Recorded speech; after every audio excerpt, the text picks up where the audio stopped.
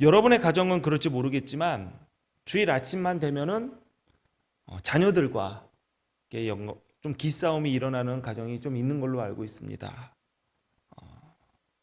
일어나서 교회 가야지 그러면 안 일어나는 거죠. 더 자고 싶다고, 교회 가기 싫다고, 놀러 가고 싶다고. 그런데 이런 것은 나이가 들어도 똑같이 일어나나 봅니다. 어느 주일 아침에 40대 아들과 70대의 노모가 기싸움을 합니다. 아들은 교회 가기 싫다고, 더 자고 싶다고, 피곤하다고 투정 부리고, 어머니는 어떻게 해서든지 교회를 보내려고 설득을 합니다. 아들이 이렇게 얘기합니다. 피곤합니다. 일을 너무 많이 해서 오늘 같은 날은 좀 쉬고 싶습니다. 그리고 교회 가도 거들먹거리는 어른들 상대하고 싶지가 않습니다. 또한 교회에서만 거룩한 척하는 교인들도 만나고 싶지 않습니다. 그러자 70대의 노모가 심각하게 얘기를 합니다. 아들아, 내가 교회 가는 이유를 내가 알려줄게.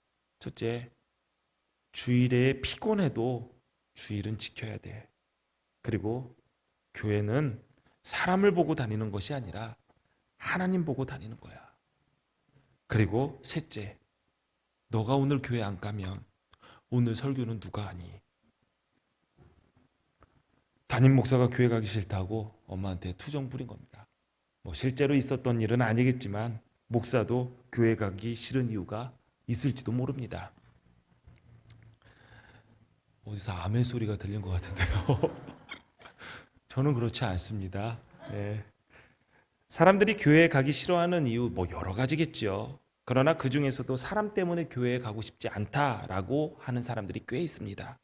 이런저런 사람들 때문에 교회 다니기 싫다고 말하는 사람들에게 교회에서는 그 사람을 권면할 수 있는 모범 답안이 준비되어 있습니다. 그 답안은 교회는 사람 보고 다니는 것이 아니라 하나님 보고 다니는 것이다 라는 것이죠. 맞는 대답입니다. 교회는 사람들 간의 친목 모임이 아니라 하나님을 예배하고 하나님의 뜻을 이 땅에 이루기 위해 소명을 받은 사람들의 공동체입니다. 그러므로 교회를 출석하고 신앙생활을 하는 것은 사람들 때문에 결정하는 것이 아니라 모든 것을 하나님의 관점에서 하나님의 시각에서 생각하고 결정해야 합니다.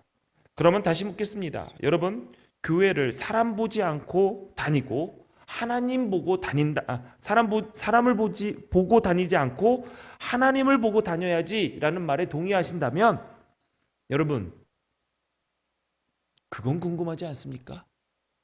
하나님을 본 사람은 몇 사람이나 될까요? 교회는 사람 보고 다니는 것이 아니라는 말에는 여러분 다 고개를 끄덕이셨습니다. 그런데 고개를 끄덕이시는 분들은 정말 하나님을 보고 이 교회를 다니시는 건가요? 자신도 보이지 않는 하나님을 어떻게 다른 사람들에게 하나님을 보고 교회를 다녀라 라고 말할 수 있는 것일까요? 여러분, 우리 모두 다 결점을 가지고 있습니다. 교회는 흠 있는 사람이 모인 곳이기 때문에 완전할 것을 기대하는 것 자체가 무리입니다. 이런 상황에서 사도 바울은 고린도 교회 성도들에게 이렇게 이야기했습니다. 그러므로 내가 너희에게 권하노니 너희는 나를 본받는 자가 되라. 바울은 어떤 의미를 전하기 위해서 이런 말을 했을까요? 분명 훌륭한 사람, 훌륭한 신앙인은 모범으로 삼을 수가 있습니다. 그러나 이것은 남들이 얘기해 줘야죠. 제가 어느 집사님 잘 보세요. 그 집사님 정말 예쁘게 신앙생활하고 있지 않습니까? 오늘 장로님 보십시오. 얼마나 견실하게 이 교회의 기둥 역할을 하고 계십니까? 이 권사님 보십시오. 기도하고 말씀으로 권면하며 우리 성도들을 위해서 기도하는 이 모습 너무 아름답지 않습니까? 이렇게 권사님처럼 신앙생활하는 것이 어떻겠습니까? 라고 남이 말해주면 되는데 낯뜨겁게 바울은 자기 입으로 나를 닮으십시오 라고 말을 합니다. 바울 정도면 이런 말도 가능하다라고 생각이 됩니다. 또 여러분의 눈을 보니 목사님처럼 낯두꺼우면 목사님도 가능할 것 같다라고 생각하시는 분들도 여기에 몇몇 계시는 것 같습니다. 바울과 같이 예외적인 경우를 제외하면 교회는 사람이 아닌 하나님만 보고 다녀야 하는 곳이 됩니다. 과연 우리 교회에 바울과 같이 나를 닮으십시오라고, 나를 본받으십시오라고 자신 있게 이야기할 수 있는 사람이 몇이나 될까요? 일단 저는 아닙니다. 성경에서는 과연 교회를 다닐 때, 즉 신앙생활을 하게 될 때 사람을 보지 말고 하나님만 보라고 말하고 있을까요? 성경에서는 하나님을 우리의 상상 밖에 있는 분, 눈으로 볼 수 없는 분이다라고 이야기하고 있습니다. 그러므로 하나님을 우리의 생각이나 언어로 표현하는 것 자체가 이치에 맞지 않는 것입니다. 그런데 하나님께서 이스라엘 민족을 선택하실 때 하나님의 뜻을 이렇게 드러내시죠. 출애굽기 19장 5절부터 6절까지 말씀을 보니까 세계가 다 내게 속하였나니 내가 내 말을 잘 듣고 내 언약을 지키면 너희는 모든 민족 중에서 내 소유가 되겠고 너희가 내게 대하여 제사장 나라가 되며 거룩한 백성이 되리라. 너는 이 말을 이스라엘 자손에게 전할지니라 라고 했습니다. 하나님은 힘도 없고 하찮은 민족이었던 이스라엘을 택하셔서 율법을 주셨습니다. 그리고 그것을 지키게 한 다음 언약 관계를 맺으십니다. 그 내용 중에 하나가 이스라엘 민족 너희는 나에 대해서 제사장 나라가 될 것이다 라고 말씀하신 것이죠. 제사장이란 사람들에게 하나님을 알려주고 그들을 하나님께로 이끄는 역할을 하는 직분을 말합니다. 그러므로 이스라엘 민족을 제사장 나라로 삼겠다라는 하나님의 말씀은 하나님을 모르는 세상에 하나님을 보여주고 하나님께로 이끄는 사명을 너희 민족에게 내가 주겠다라는 말을 의미합니다. 이어서 하나님은 그들을 향해서 너희는 거룩한 민족이 될 것이다 라고 했습니다. 거룩은 인간의 것이 아니라 하나님의 성품입니다. 즉 이스라엘이 거룩한 민족이 된다라는 것은 그들이 하나님의 성품을 보여주는 사명을 부여받았다라는 것을 의미합니다. 보이지 않는 하나님께서 이스라엘을 택한 이유는 사람들이 그들을 통해서 보이지 않는 하나님의 성품을 알아채고 그들이 소개하는 하나님을 바라보면서 그들을 통하여 하나님께로 나아갈 수 있게 만드시겠다라는 것입니다. 그러나 이스라엘은 그 일을 제대로 감당하지 못했습니다. 그들은 자신들이 드러내야 할 하나님의 영광을 도리어 훼손하며 썩어져 버릴 자신의 영광으로 바꾸었습니다. 결국 하나님은 다른 방법을 선택하셨죠. 하나님은 친히 인간의 모습으로 우리들에게 자신을 보이십니다. 그분이 바로 인간이자 하나님이신 예수 그리스도입니다. 요한복음 14장을 보면 제자 중에 하나인 빌립이 예수님께 아버지 하나님을 보여달라라고 말을 합니다. 그러자 예수님이 이런 대답을 하십니다. 예수께서 이르시되 빌립아 내가 이렇게 오래 너희와 함께 있으되 내가 나를 알지 못하느냐? 나를 본 자는 아버지를 보았거늘 어찌하여 아버지를 보이라 하느냐? 내가 아버지 안에 거하고 아버지는 내 안에 계신 것을 내가 믿지 아니하느냐? 내가 너희에게 이르는 말은 스스로 하는 것이 아니라 아버지께서 내 안에 계셔서 그의 일을 하시는 것이라. 빌립이 예수님께 하나님을 보여주세요 라고 얘기하자 예수님이 야 너는 나와 이렇게 함께 같이 있으면서도 어째서 왜 계속 아버지를 하나님을 보여달라고 얘기하느냐. 하나님이 내 안에 내가 하나님 안에 있는다는 사실을 아직도 알아차리지 못했느냐. 지금 내가 하는 말 내가 하고 있는 일 이것을 내가 한다고 생각하느냐. 하나님이 지금 내 안에서 일하고 계신다. 지금 그것을 너가 보고 있지 않느냐. 예수님은 보이지 않는 하나님을 보여주신 인간으로서 이 땅에 오신 하나님이십니다. 그러므로 빌립에게 얘기하죠. 나를 본 자가 아버지를 본 자다. 나의 말을 듣는 자가 하나님의 말씀을 듣는 것이다. 예수님을 통해서 하나님을 볼 수 있게 하신 것, 이것이 바로 우리를 향한 하나님의 배려이자 사랑이자 은혜인 것입니다. 하나님은 우리에게 볼 수 없는 하나님을 예수님을 통해서 보여주시면서 우리에게 원하시는 것이 있었습니다. 그것은 마태복음 5장 48절의 말씀, 그러므로 하늘에 계신 너희 아버지의 온전하심과 같이 너희도 온전하라. 너가 나를 통하여 하나님의 온전하심을 봤다면 너희도 그 하나님처럼 온전해져라. 우리에게 하나님이신 예수 그리스도를 보이신 하나님의 뜻은 우리를 온전하게 하시기 위해서입니다. 착하고 좋은 사람이 되라는 정도가 아닙니다. 하늘에 계신 하나님이 온전하신 것처럼 우리도 온전하게 되는 것을 하나님께서는 기대하고 계십니다.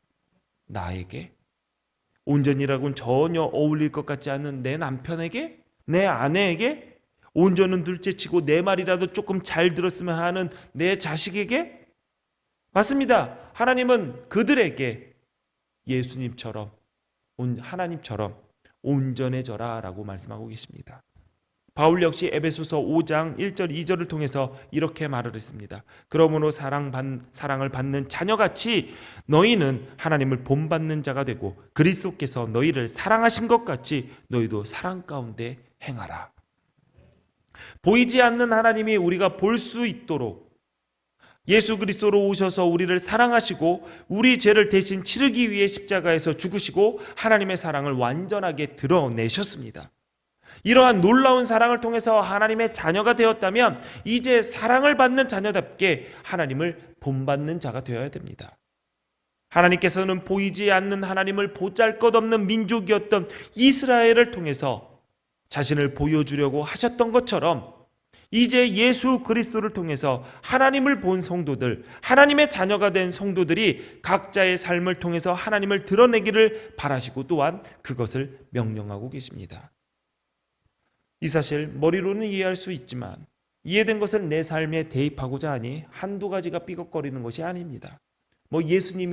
예수님이니까, 사도 바울은 사도 바울이니까 이런 일이 가능한 건 아닐까라고 생각이 듭니다.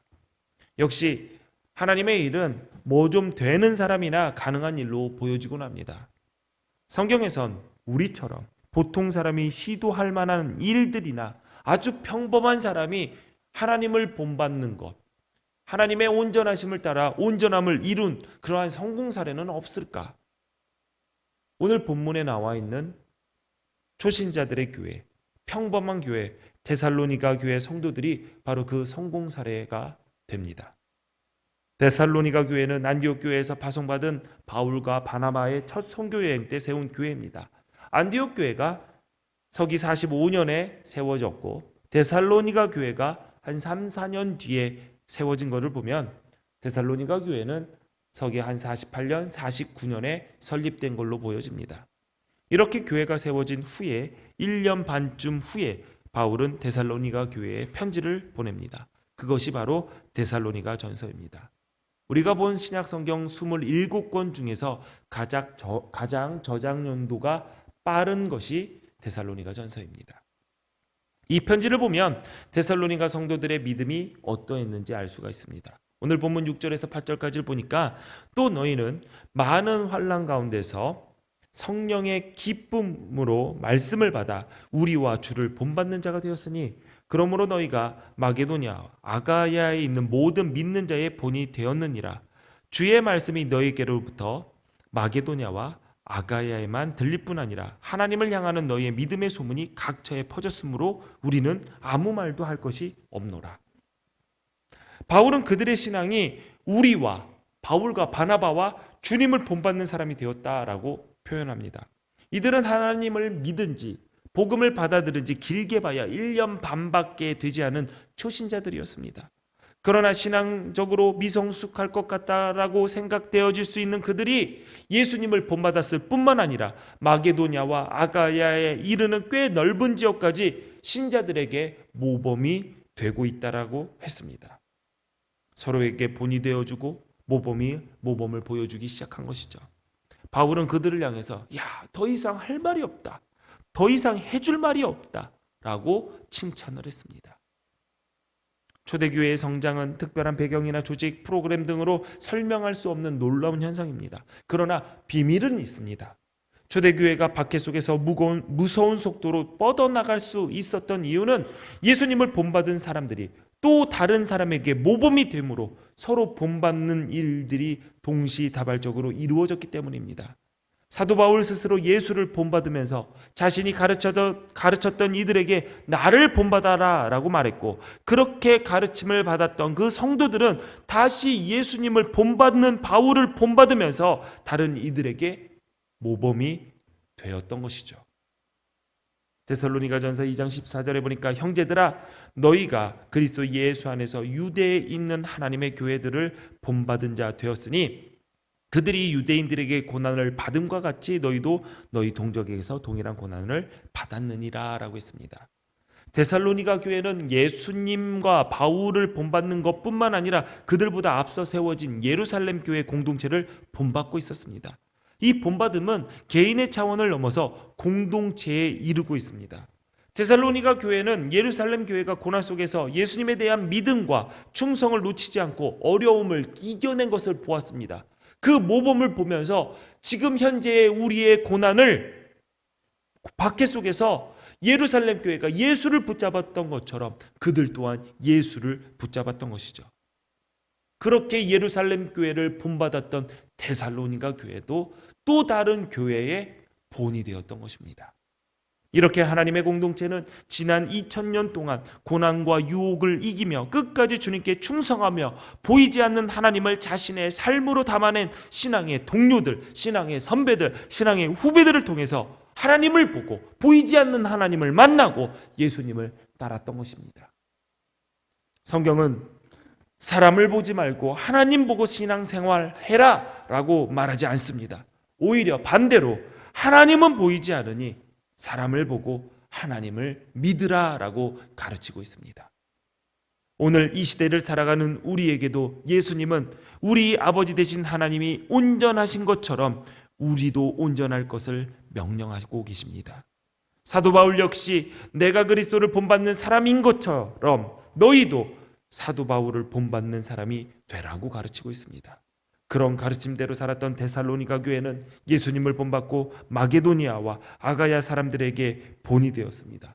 그리고 오늘 예수님은 지금 기둥교회의 권속들인 우리들에게 예수님을 본받고 사도 바울을 본받고 예루살렘 교회를 본받고 데살로니가의 교회를 본받아 이 시대에 살고 있는 사람들에게 하나님을 보이며 믿음의 사람들에게 본이 되라고 말씀하고 계십니다. 그러므로 우리는 각자 예수 그리스도를 닮아가는 삶을 살아내야 됩니다. 예수님을 따라가야 합니다.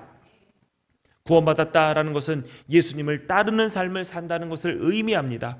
구원받은 것은 죽고 난 다음에 천국 가는 것이다 라는 것으로만 이해한다면 구원에 대한 하나님의 뜻을 다 이해한다고 볼 수는 없는 것입니다.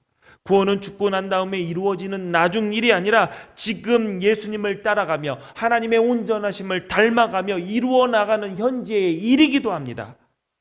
우리가 과거에 예수님을 영접함으로 은혜로 받은 구원은 과거로서 끝난 일이 아니라 지금도 우리의 삶 속에서 이루어져가는 현재 진행형입니다. 그러므로 성경은 너희는 두렵고 떨림으로 너희의 구원을 이루라라고 이야기하고 있는 것입니다. 그러므로 우리는 우리의 존재가, 우리의 성품이, 우리의 성격과 우리의 가치관이, 우리의 말이 예수님을 닮아가고 예수님을 본받아 가야 됩니다. 우리에게 구원이 주어졌다면 그 구원은 우리 안에서 가만히 자리 잡고 있지 않습니다. 꿈틀거립니다. 왜냐하면 구원은 새로운 생명이기 때문에 살아서 움직입니다.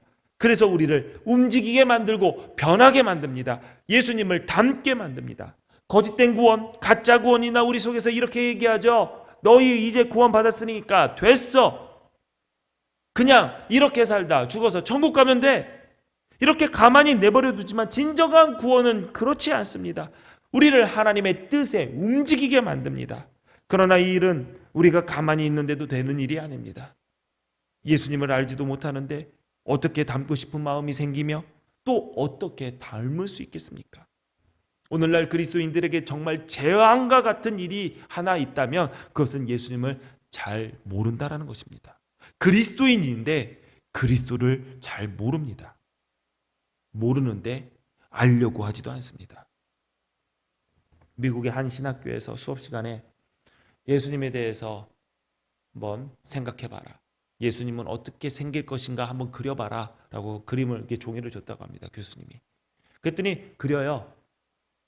그랬더니 어떻게 그렸냐면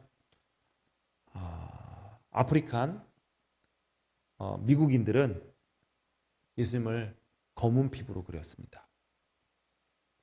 백인은 백인으로 그렸고요. 동양인은 백인으로 그렸습니다.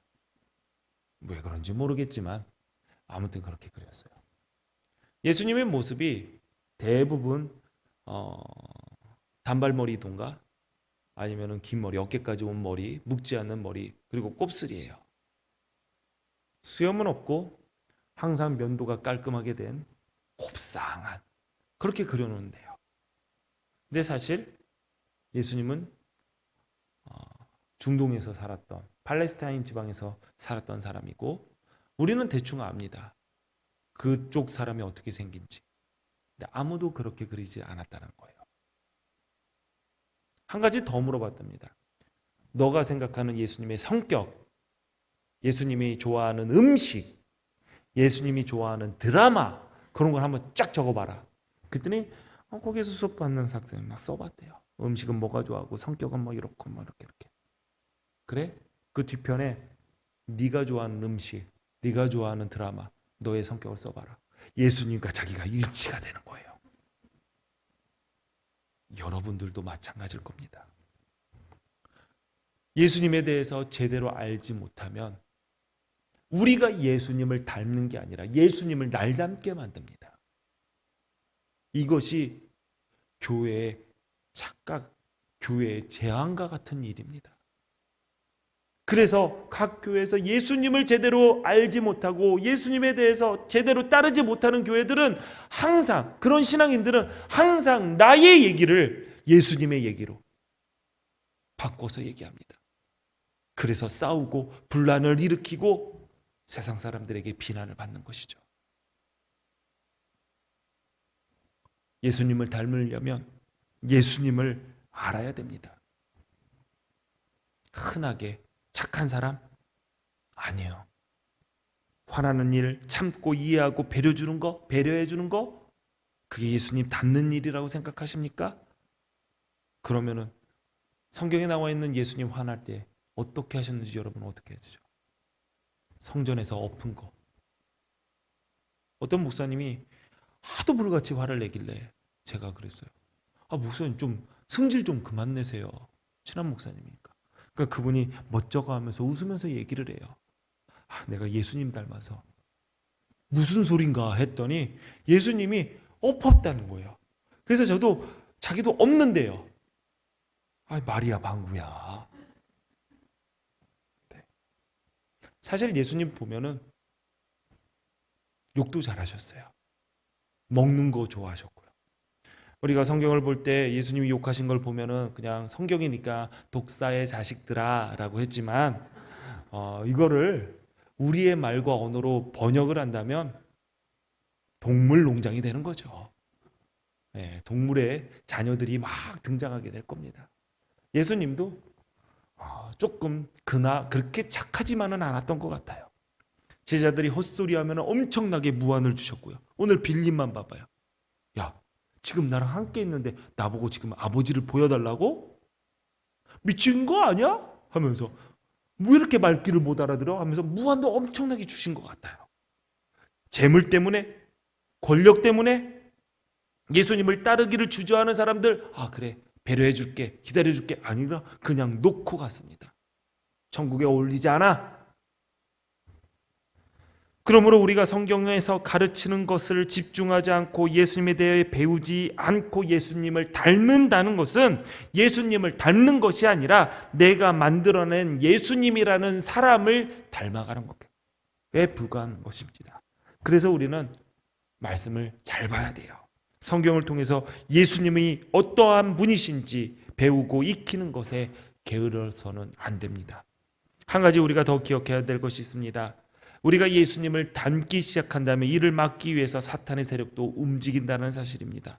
우리는 살면서 아주 많은 유혹을 받습니다. 예수님을 본받기 위해 목숨을 걸고 치열하게 따라가는 사람들도 자신의 약점 앞에서 넘어질 수밖에 없습니다. 여러분, 예수님 닮는 거 쉬운 거 아닙니다. 그러나 하나님 앞에서 무릎 꿇고 기도하는 자들은 하나님께서 붙드신다는 사실을 잊지 마시고 줄을 붙잡으시기 바랍니다.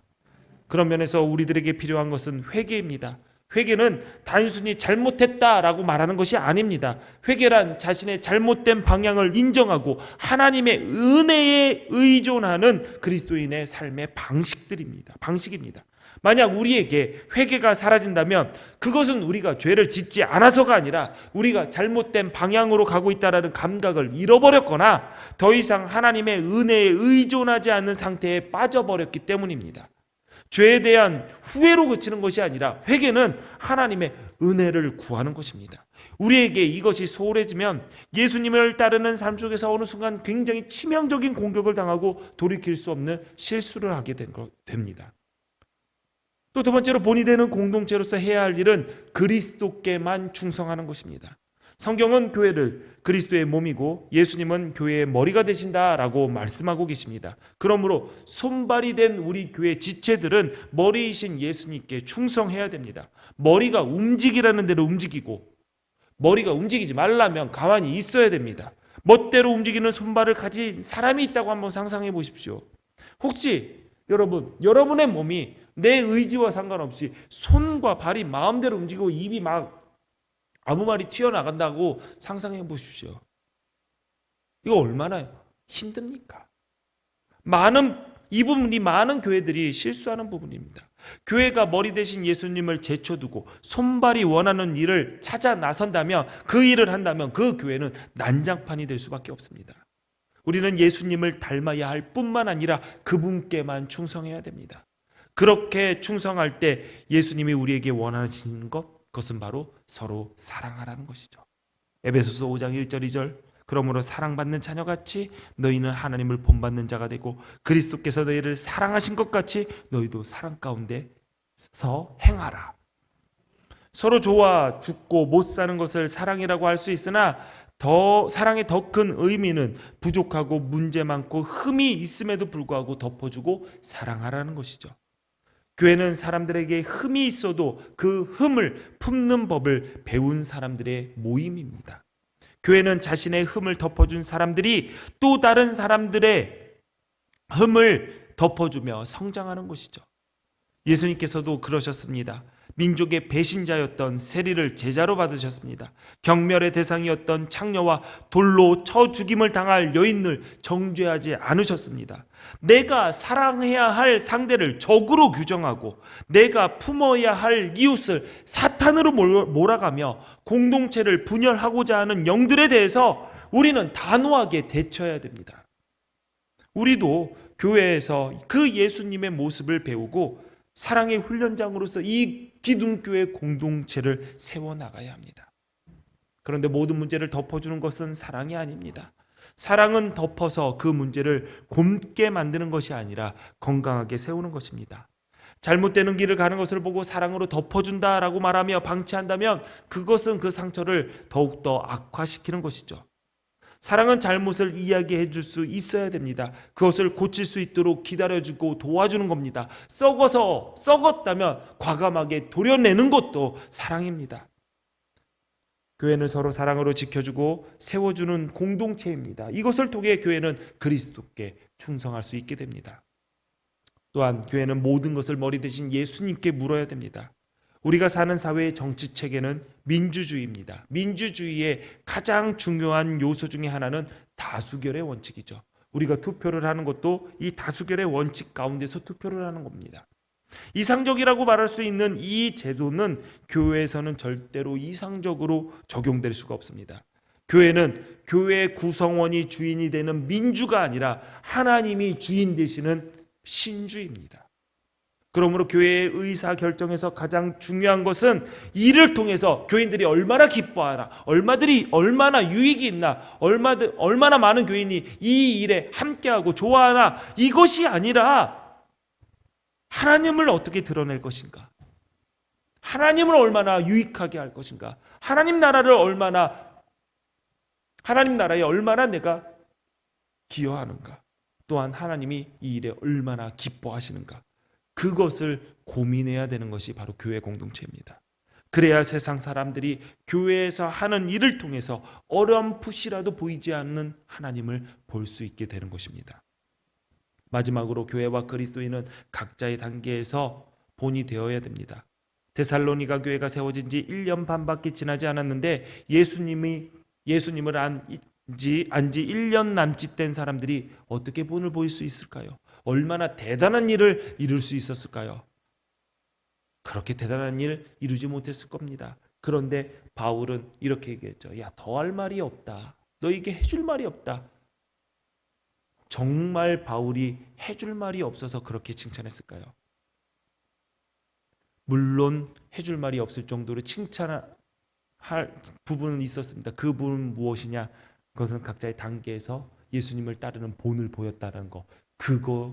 그것만은 정말 아름답게 잘했다 칭찬해 준 것이죠. 신앙생활은 하나님의 거룩함을 이루어 나가는 여정입니다.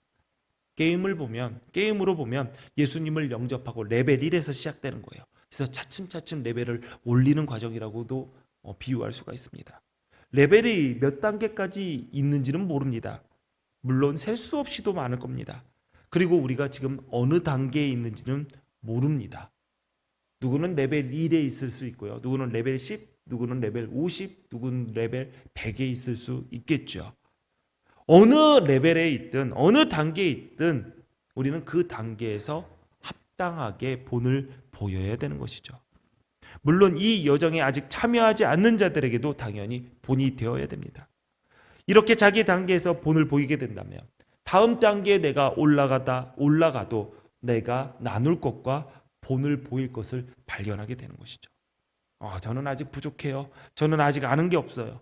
더 믿고 잘 믿으면 그때 한번 해볼게요.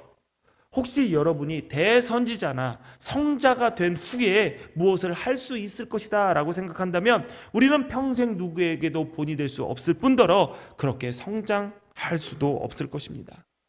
나의 신앙의 단계에서 합당하게 본을 보이기 시작할 때, 나누기 시작할 때 함께 하시고 자라게 하시는 하나님을 경험할 뿐만 아니라 우리의 예상 밖의 놀라운 일도, 하나님의 그 선하신 일도 우리는 경험하게 될 것입니다. 우리에게 보이지 않는 하나님을 보이는 소명이 있다는 사실, 우리를 가슴 뛰게 하지만 엄청난 부담감으로도 다가옵니다.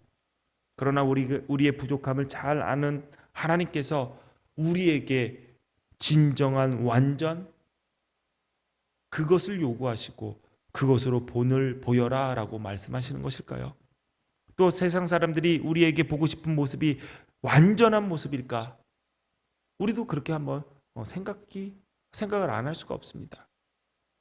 감리교회 창시자였던 웨슬리 목사님 그리스도인의 완전에 대해서 이렇게 얘기했습니다. 가능하다. 죽기 전에 가능하다.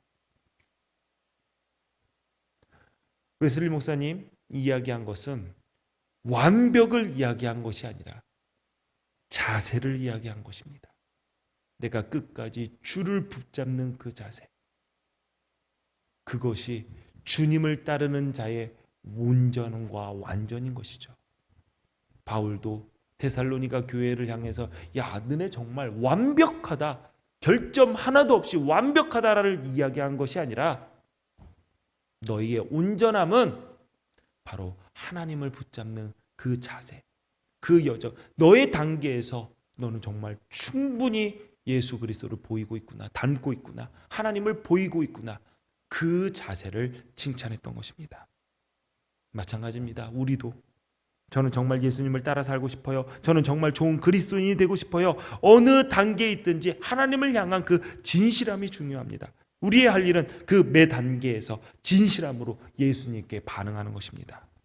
매일 자신에게 질문해 보십시오. 내가 닮아야 할 예수님에 대해서 무엇을 얼마나 알고 있는가? 지금 나는 예수님의 어떤 모습을 닮고자 하는가? 지금 내가 걸어가는 그 길은 예수님의 발자취 따르고 있는 것이 맞는가? 우리가 언제 하나님 앞에 갈지 모르겠습니다. 아는 사람 아무도 없죠. 짧게 스쳐갈 우리의 인생 속에 삶의 한 절이라도 예수님의 모습이 한 자락이나마 나타나면 우리는 그 인생을 값진 인생이다라고 말할 수 있을 것입니다. 주님께서도 잘 살아냈다라고 칭찬하실 것입니다. 예수님을 닮음으로 더 해줄 말이 없는 삶, 더 할 말이 없는 기둥교회가 되는 것, 이것이 우리의 삶의 노래이자 우리 공동체의 소원이 되기를 바랍니다. 오늘도 하나님은 예수님을 닮아가는 우리와 함께 하십니다. 기도하겠습니다. 전능하신 하나님, 감사합니다. 오늘 우리가 예배를 통하여 예수를 닮으라라고 명령하신 그 가르침을 듣게 하심을 감사합니다. 하나님 아버지, 우리가 이 땅에 살아가면서 예수님의 거룩하심을 닮게 하시고, 그러므로 온전하신 하나님을 우리의 삶을 통해서 드러낼 수 있도록 하나님 우리와 함께하여 주옵소서. 주님, 우리 기독교회 공동체도 함께하여 주셔서 우리 공동체가 믿는 자의 본이 되게 하여 주시고, 하나님 우리가 각자 주어진 처소에서 삶의 자리에서 주님을 드러내므로 더 할 말이 없는 교회, 더 해줄 말이 없는 삶, 이 소원을, 이 목표를, 이 비전을 이루어 나갈 수 있도록 하나님 우리와 함께하여 주옵소서. 예수님 이름으로 기도합니다. 아멘. 다 같이 자리에 일어나셔서 준비한 예물 주님께 드립니다.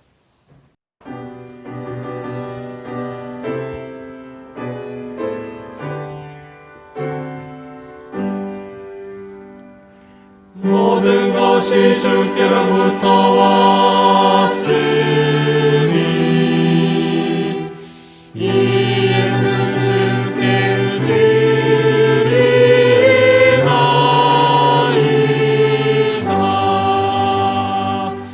아멘.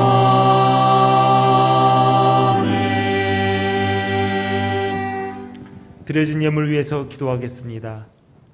하나님, 세상에 살면서 물려 일하여 얻은 소득 구별하여 하나님께 드립니다. 주님, 기쁘게 받아 주옵소서. 주님께 받은 것이 있기 때문에 감사하지 않을 수가 없습니다.